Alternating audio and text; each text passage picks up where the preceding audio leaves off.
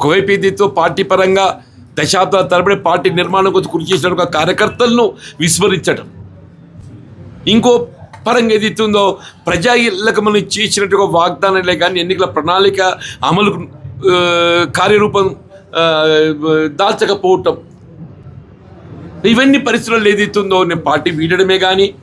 ప్రత్యామ్నాయంగా రాజకీయ పార్టీ ఎంచుకోవడమే కానీ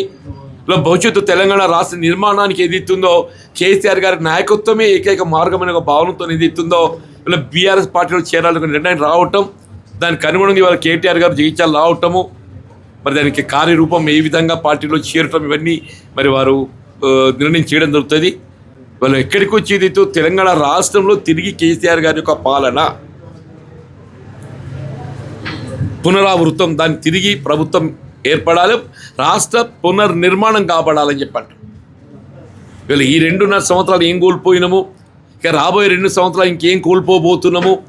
ఇదంతా ఏదైతుందో we have to get back అంటే అది కేవలం కేసీఆర్ గారితోనే సాధ్యమవుతుందన్న భావనతోని మరి బీఆర్ఎస్ పార్టీలో చేరాలని నిర్ణయం తీసుకున్నాం.